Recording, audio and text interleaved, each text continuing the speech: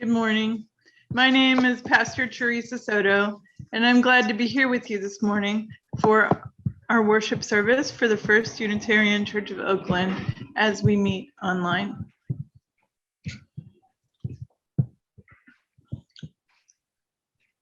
Today, we'll have several different participants to create a worship experience about connection in the aspen trees.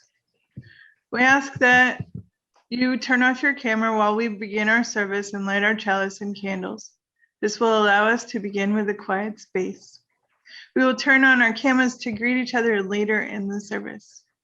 Please note that we are recording the service, so if you don't want to be in the recording, please keep your camera turned off.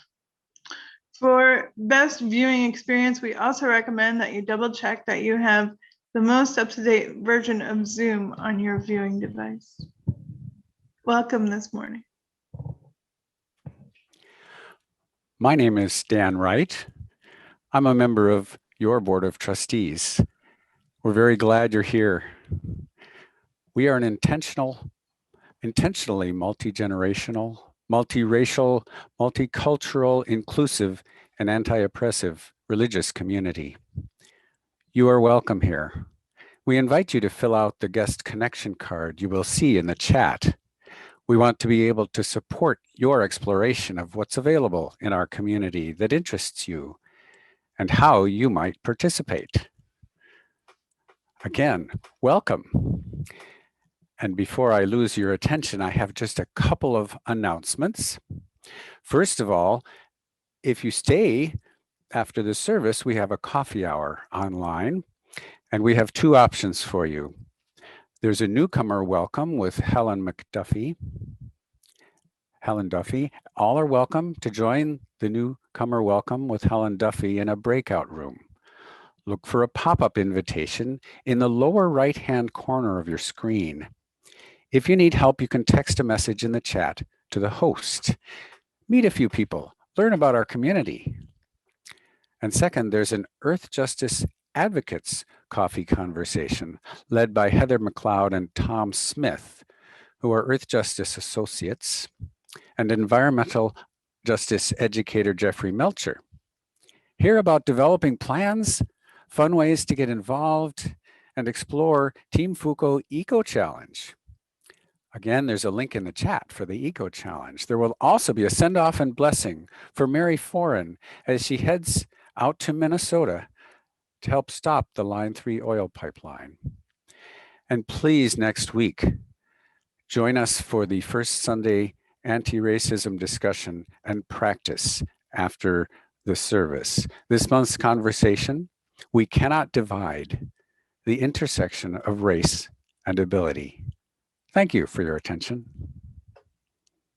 Let's go ahead and light our chalice this morning. You can follow along with the words on the screen and just stay muted with me. We light this chalice today, symbol of Unitarian Universalism, in part as celebration of COVID-19 vaccines that bring us closer to being together in person. And we commit to health and safety for everyone, leaving no one behind. And our Black Lives Matter candle. We light this candle in recognition of the Black Lives Matter movement and in recognition of the systemic racism that tries to deny the full humanity of Black people. And we commit to dismantling it with daily action.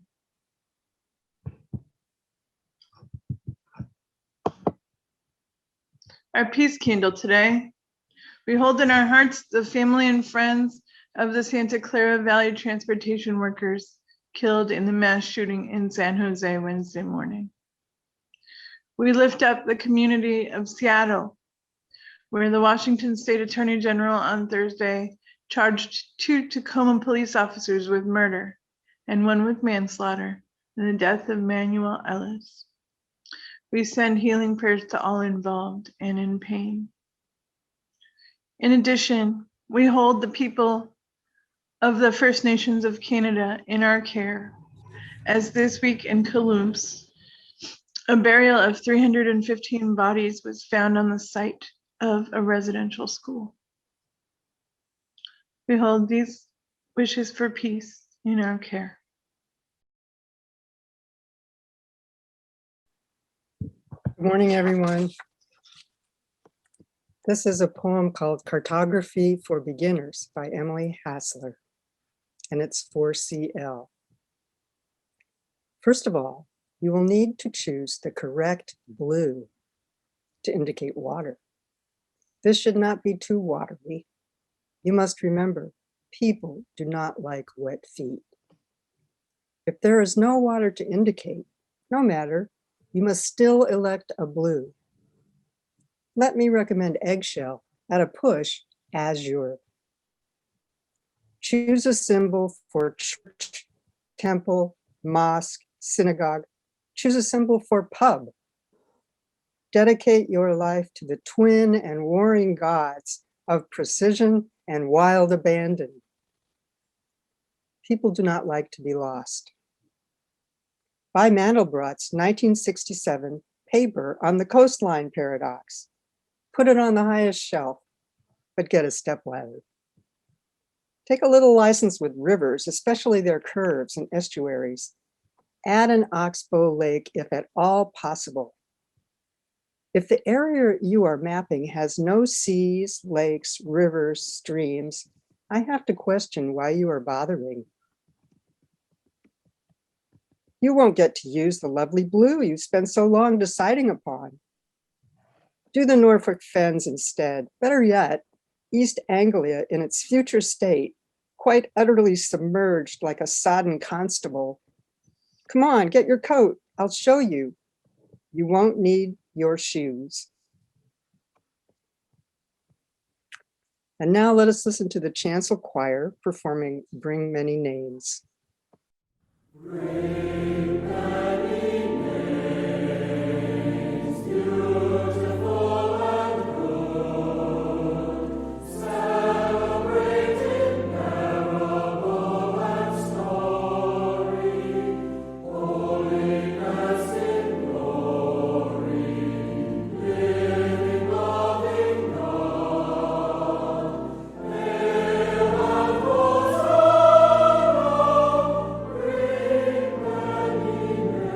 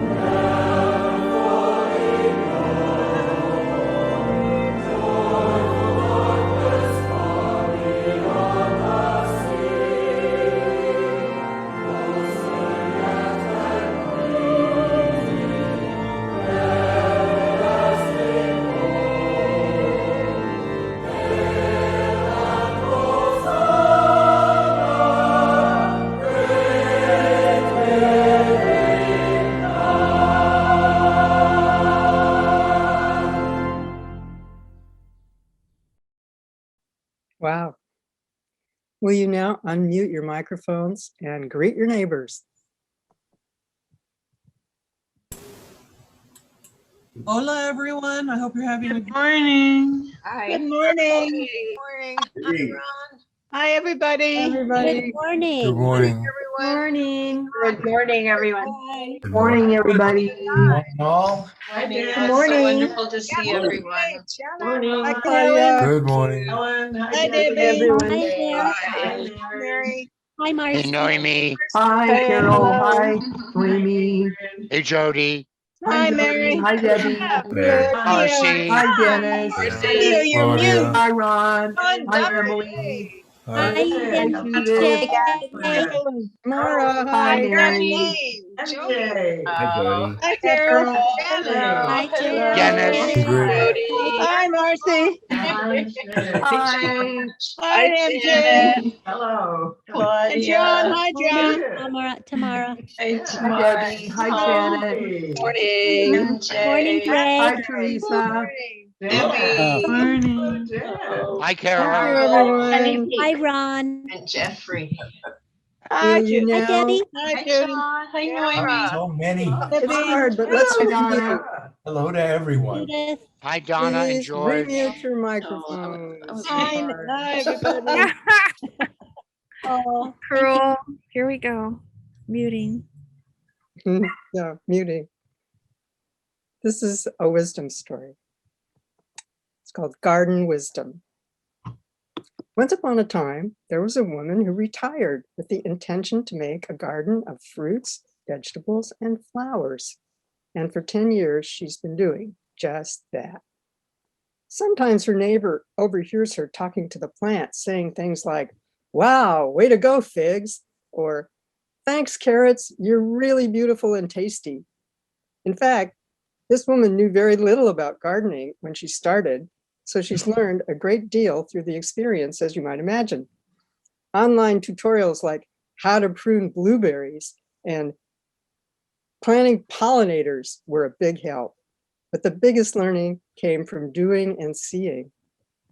And this learning was a lot more than information. It was knowledge whose use went far beyond gardening to the rest of life. It was wisdom, and here's some of it.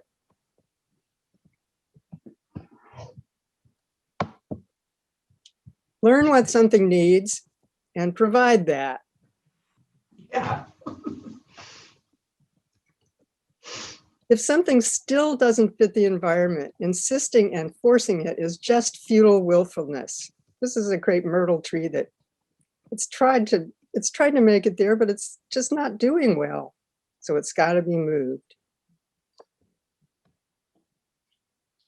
As in the human world, there is aggression in the plant world, though it's much slower. So one has to set limits if one wants a garden. Blackberries will take over and crowd out everything else if you let them. This is especially necessary when growth supplies like water are limited. The water the aggressive plants suck up is not available to other plants, so you have to choose. When something has run its course, like these zinnias, it dies. And its remains can be used to nourish the future, making new zinnias.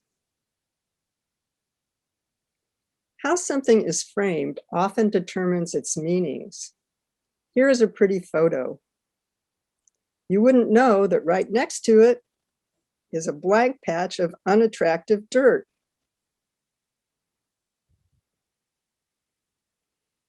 Even plants with blights or injuries, like this peach tree that has peach tree curl, which you can get rid of by spraying it with copper fungicide, which even though you do that, it may still get peach curl. Even plants with blights or injuries can still produce really good fruit. What's important, like these cherries, who I'm trying to keep from being eaten by the squirrels, must be protected. What's important must be protected. We can learn to recognize when something is ripe, and it's worth waiting for the ripeness.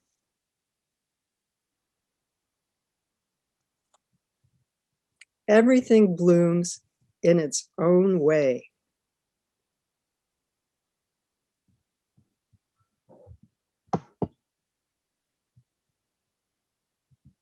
Finally, for today that is, being able to give what you grow is a great pleasure.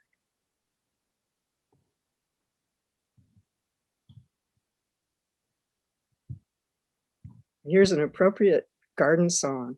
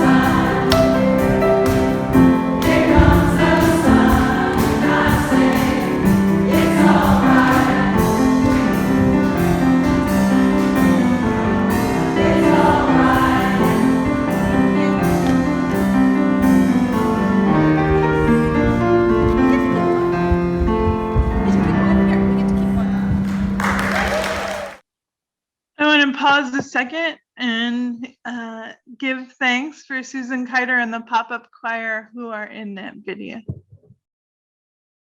Today, Pastor Theresa is going to talk about aspens, pointing out, I imagine, their prolific spread underground. And we're nigh also unto Memorial Day.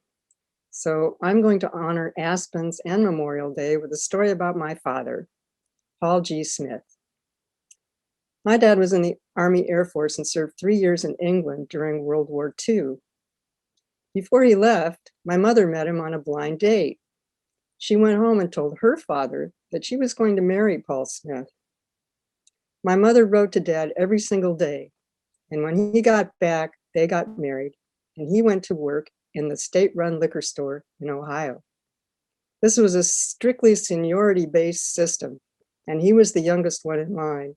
So he decided to rejoin the military. During the war, his job had been to retrieve and repair bomb sites, the equipment that was used to accurately drop bombs. Sometimes he had to retrieve the machines from planes that had crashed, burned, and killed the men inside. When he rejoined what had become then just the Air Force, he was an enlisted mechanic. One day he was specially sent for because a bomb site needed repair and none of the officers knew how to do it.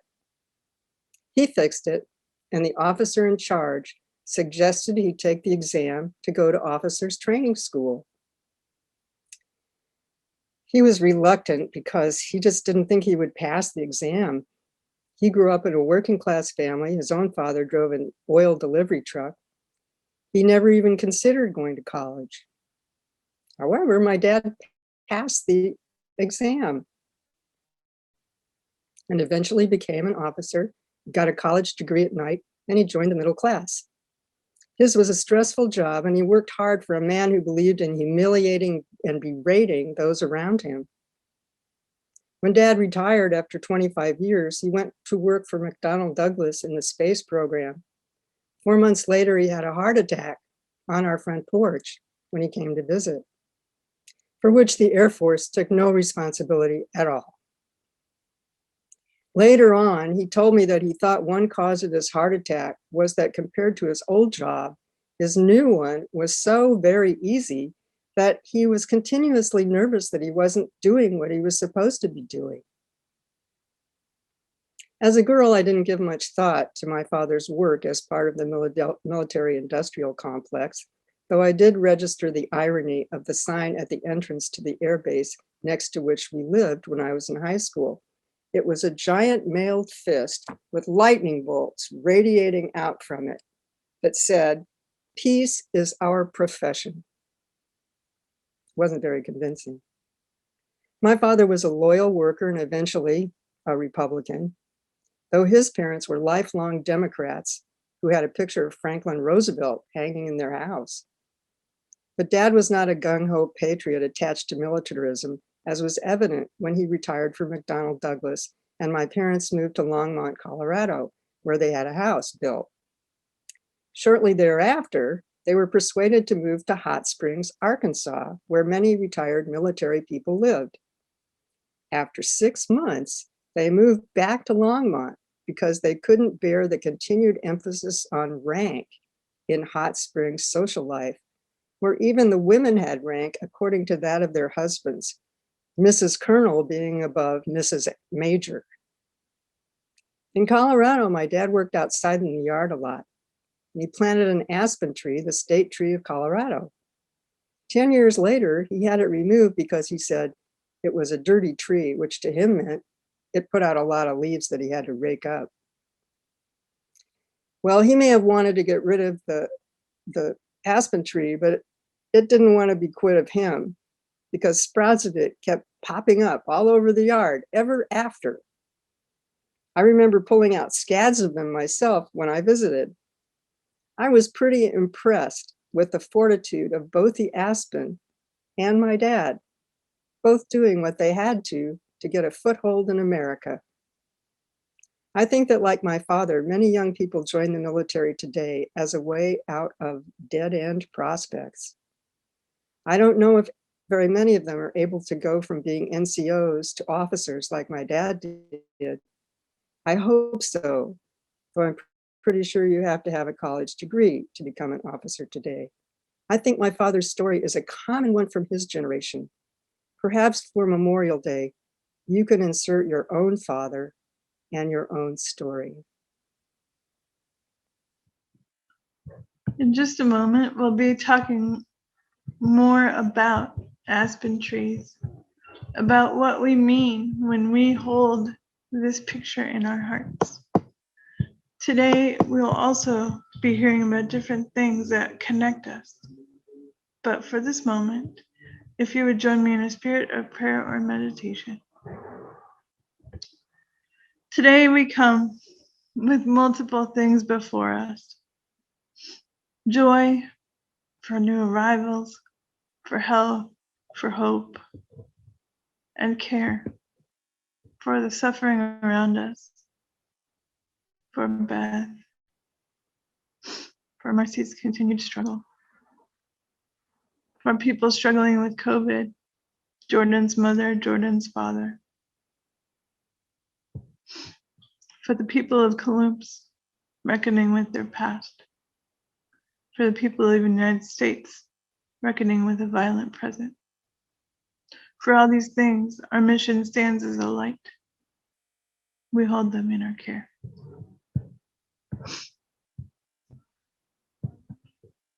For all these things, we give thanks and say, Amen. United States President John F. Kennedy once told the story of great French Marshal Lyautey, who asked his gardener to plant a tree. The gardener objected, saying the tree is slow growing and would not reach maturity for 100 years. The marshal replied, in that case, there is no time to lose. Plant it this afternoon. What does it mean to be rooted like an aspen? In part, it means planted in love.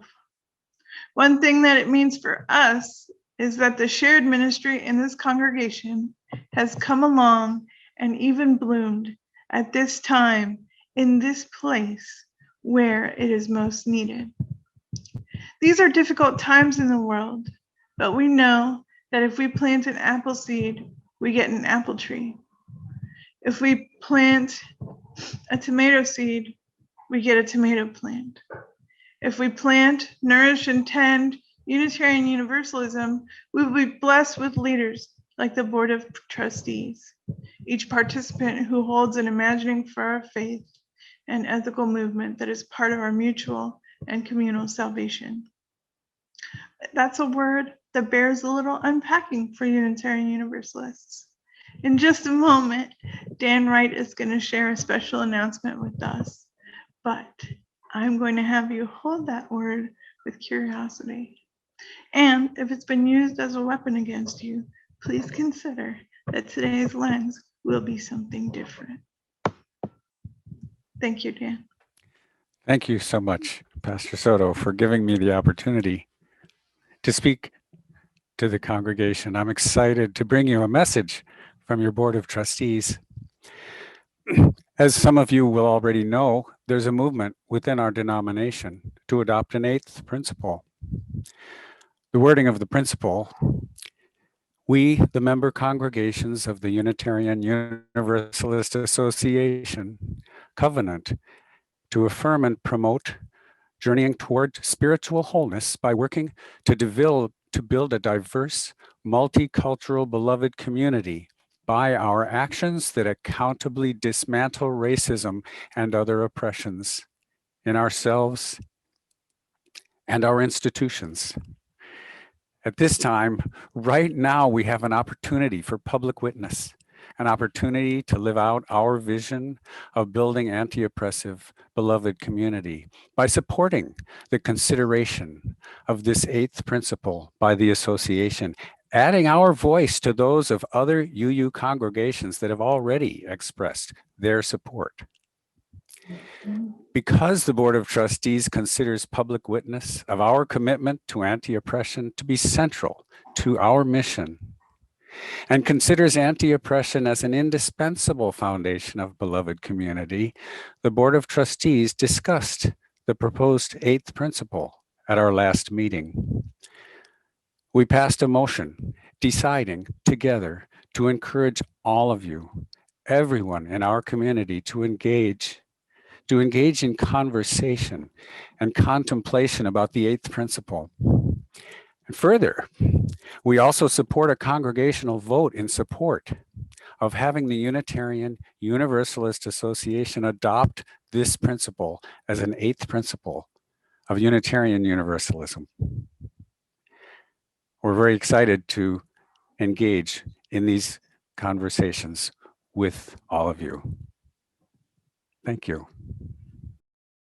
One of the things that's true is that this important task of considering how anti-oppression fits into our entire web of relationships in Unitarian Universalism is a question whose time has come.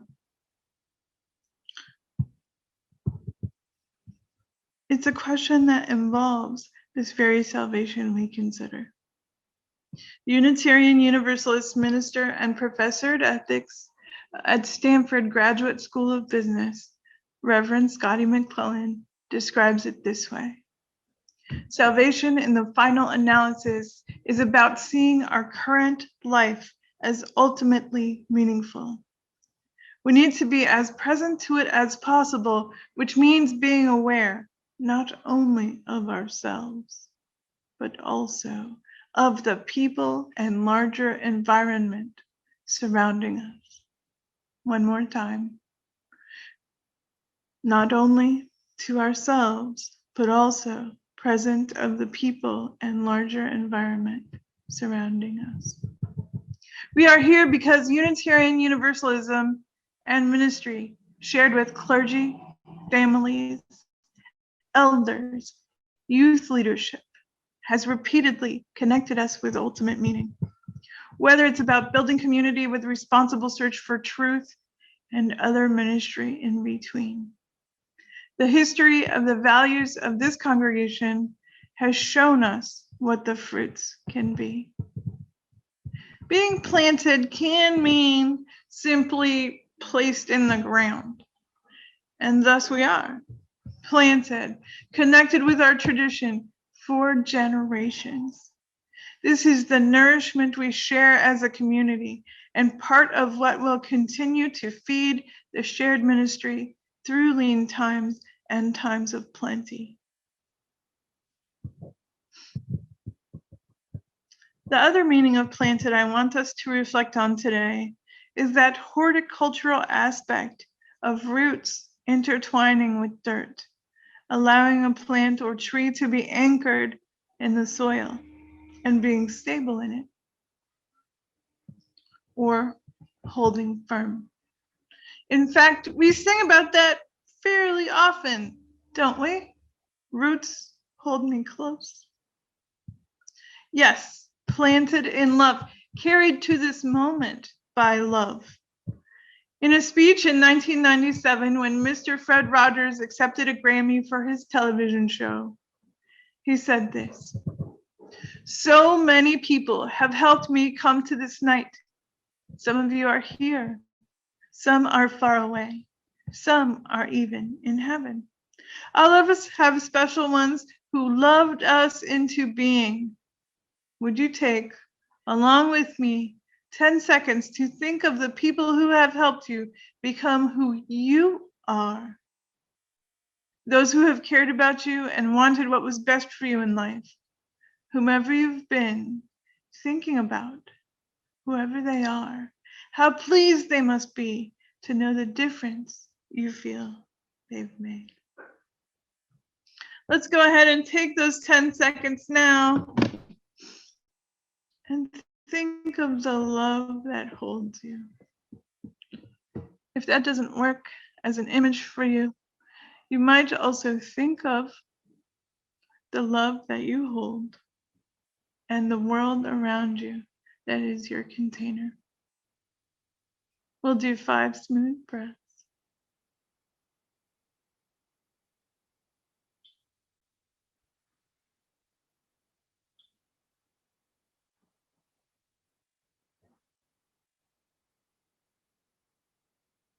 You, as individuals and a community, will have to hold firm to the thing to which you are called. Through ups and downs of ministry, through celebration and tragedy, through climate crisis and humanitarian emergencies. But the good news is that we, a community of faith and hope, will be journeying together to deliver alongside one another on the promises we have made. And what do we know about that journey? White Kentucky poet and farmer Wendell Berry offers insight with these words. One of the ways, let me start again. If we represent knowledge as a tree, we know that things are divided and also connected. We know that to observe the divisions and ignore the connections is to destroy the tree. How many of you really prefer the top of the broccoli to the stalk? I know some people prefer the stalk, but some people prefer the flower. That's what this is like. We can sever the flower, but it's completely different. The two things rise together.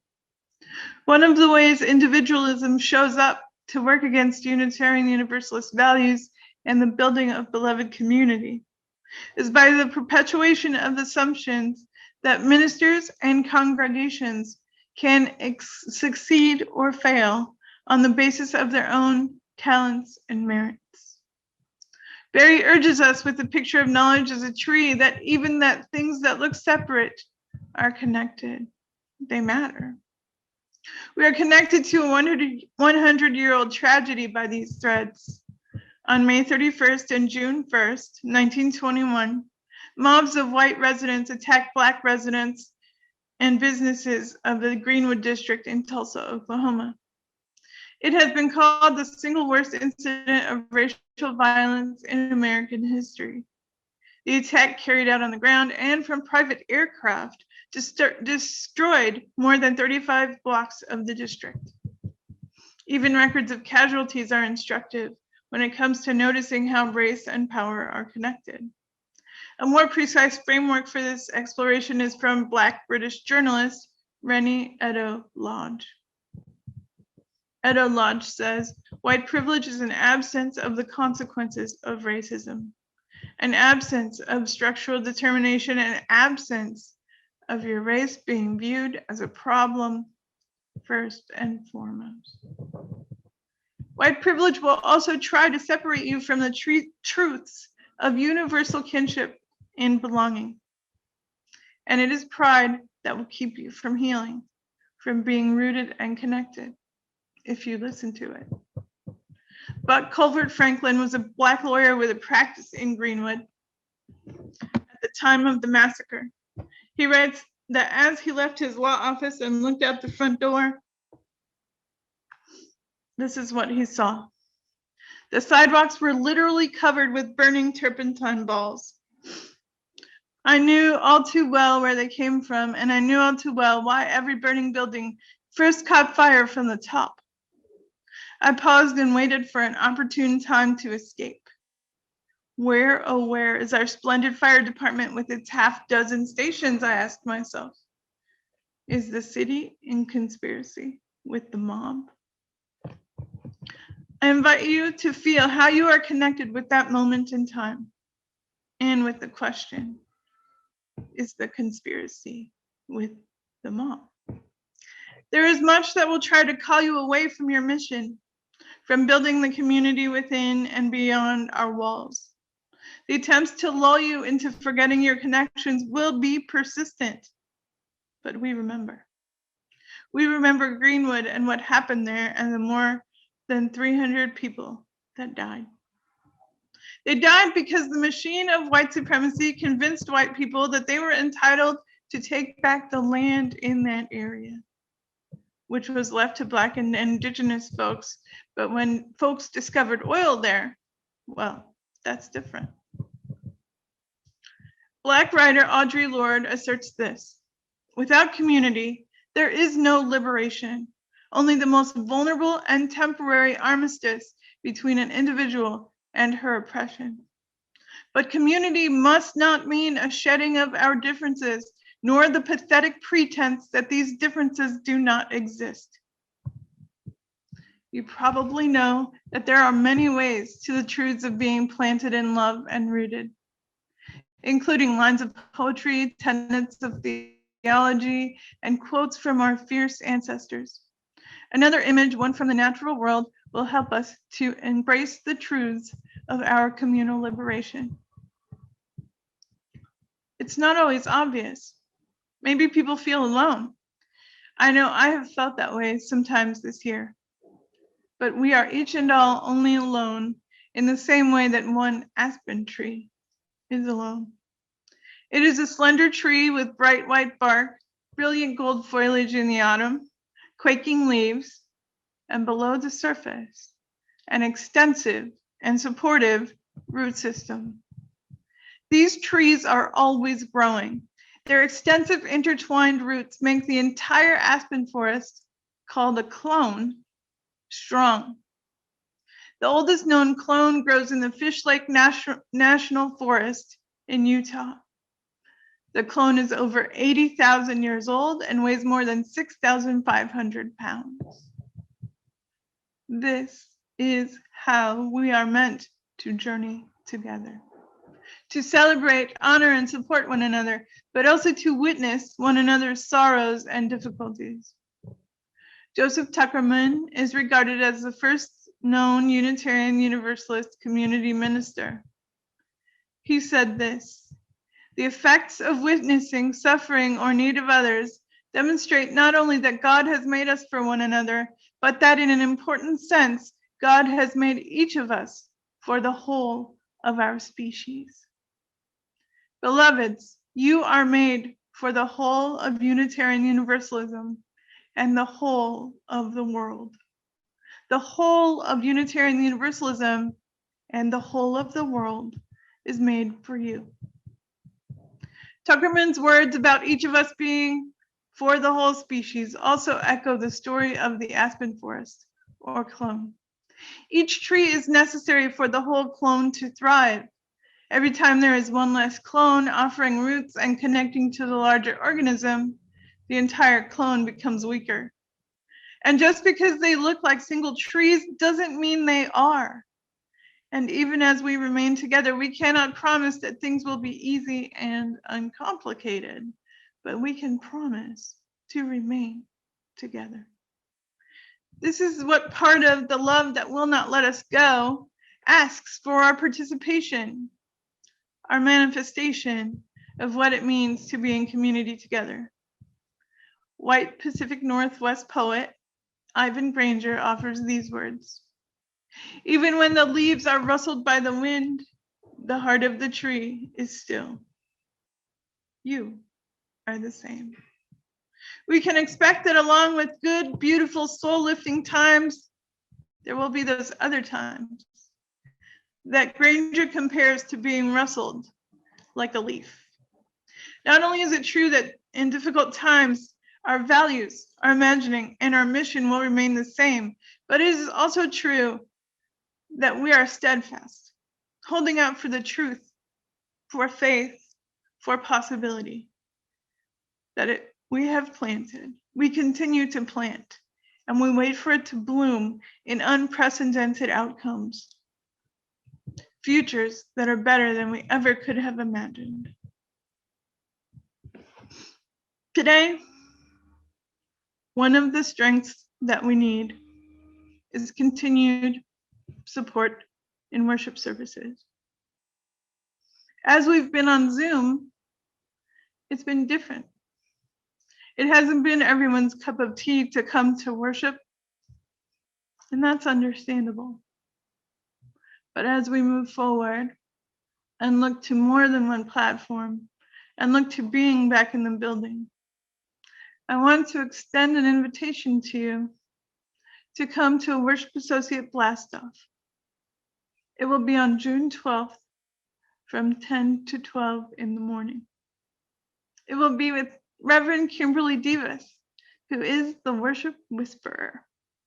And she's going to teach us 3 things that day: how to work with guests, how to choose elements if you have the opportunity, and how to support the overall flow of the service. Now, you're going to get a reminder in your email today and the opportunity to sign up. Who's it for?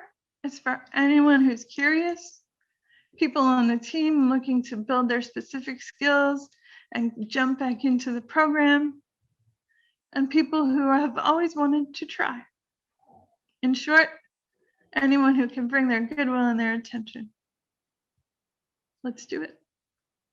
Let's close with one more thought about aspens. You are a house of worship, or an aspen. Your body, your spirit are the ever-growing aliveness for which the world is calling. Sometimes your leaves may quake. It's understandable. The world, no wait, your neighbors and kin are in distress. And the bark of your trunk may feel thin when storms come, wind pushing and pulling at the very same time, but beneath, there is part of you that is always greening. Deeper roots still that keep you connected, alone, and together. Our roots entwine and tangle. They nourish. They hold steady. We accept that we are individuals, a blessing. But we can also embody the certainty of aspen trees, so connected, they become a marker of that which cannot be destroyed, but instead remains, regenerates, and restores. I have a special video message to share with you, so I'll close now and we'll watch it.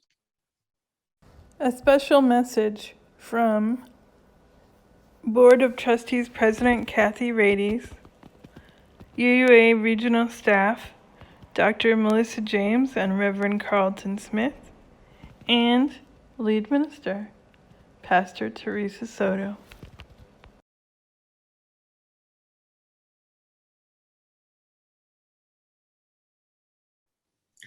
Hi, I'm Kathy Rades, President of our Board of Trustees, where I serve alongside Debbie Kaplan, Mary Lane, Claudia Morgan, Daisy Kwan, Lucia Savage, and Dan Wright. I'd like to start this message to you all by reading our congregational mission.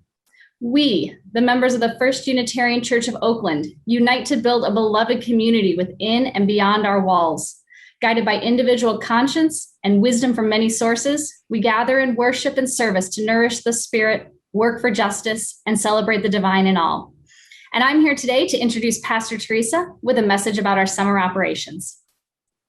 Hello, I'm really glad to be with you today. What I want to let you know is that it's very soon coming up time for my summer vacation. Now, I know things are very different and they keep changing. We're going to be moving toward reopening and many other things. But for summer, I need to take a rest.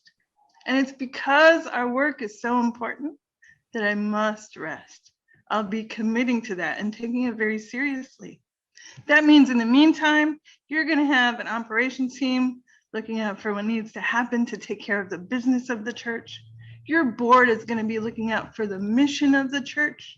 And if you need additional support, our regional staff is here to make sure that you have it. So I'd like to introduce them now. We have Carlton Elliott Smith and Melissa James. Thank you, friends. Dear community, I am Melissa James, one of your congregational staff, as Pastor Theresa said. And even though things may be different this summer, I'm filled with hope for this congregation, a deep hope that you will not only be okay, but you can flourish in this time and in the future. And why do I hold this hope so confidently? Because some of you may know, and many of you may not, that you were my introduction to Unitarian Universalism. Many years ago now, when I first moved to the Bay Area, you hired me to teach your toddlers. And from there, set me off on a journey. And you could do that because beyond a deep love and a commitment to Unitarian Universalism, which you pass on to me, I learned that you are a resilient community, capable of adapting to whatever comes your way and able to find your roots in love. A love that is greater than any one person, any obstacle, any doubt, and anything that your path may bring. Thank you. And hi, members and friends of First Unitarian Church of Oakland. It's me, Carlton E. Smith, who served you as one of your ministers back in the late 90s, for those of you who remember back that far. And I am now the lead for the Pacific Western region, and just so glad to be serving all of the congregations that are in the Rockies and west of the Rockies, including Alaska and Hawaii. And I know there's so much that's uncertain now, including some of the key staff positions at First Unitarian Church of Oakland. But I also know that Unitarian Universalists in Oakland have survived world wars, pandemics, earthquakes, retrofitting and remodeling. I was there for that part, leadership crises, and other significant challenges in the past. As Dr. Melissa said, you are a resilient congregation, and this current situation is just another opportunity to remind you and your communities of that. Dr. Melissa and I, as your UUA Pacific Western Region staff, will be with you all along the way to coach, companion, connect, and encourage you as you meet these situations and figure your way through them. In the words of UU Minister, the Reverend Wayne Arneson, take courage, friends. The way is often hard, the path is never clear, and the stakes are very high. Take courage, for deep down there is another truth. You are not alone. Thank you, friends. Let us know if you need connection or support. We're always around for questions. If you need pastoral care, you can reach out to pastoralcare@uuoakland.org. Thank you. Have a wonderful day. Look what I found. It's a communication, Foucault, congregation, each and every one. What could it be? Pretty butterfly. You are invited to be generous. Remember that generosity is related to generation, and the generations before ours preserved our church and its values, and then it's up to us to preserve it for future generations through giving to sustain it. It's pretty easy to give.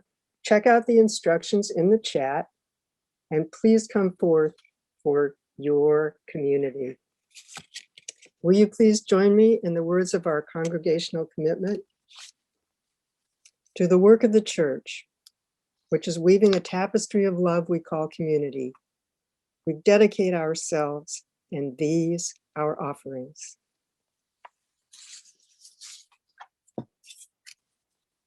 And now we give thanks, performed by Stefan Schneider. Oh, we give thanks for this precious day. We're all gathered here from far away for the time we share with love and care. Oh, we give thanks for this precious day. Oh, we give thanks for this precious day. We're all gathered here from far away for the time we share with love and care. Oh, we give thanks for this precious day. Oh, we give thanks for this precious day.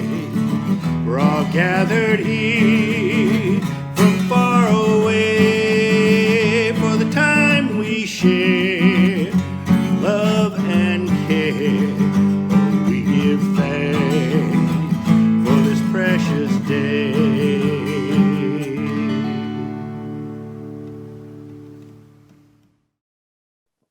I give thanks for Stefan as a musician, that's for sure. Let's close with these words from Judith Meyer. This is what we do with our faith, live in the world knowing that we will lose each other, loving despite the hard bargain it demands, doing what we can so that the truth may be safely lived, measuring our faith by the difference we have made, building up faith communities to continue after we are gone. As you go into your week, go with blessing, go with peace.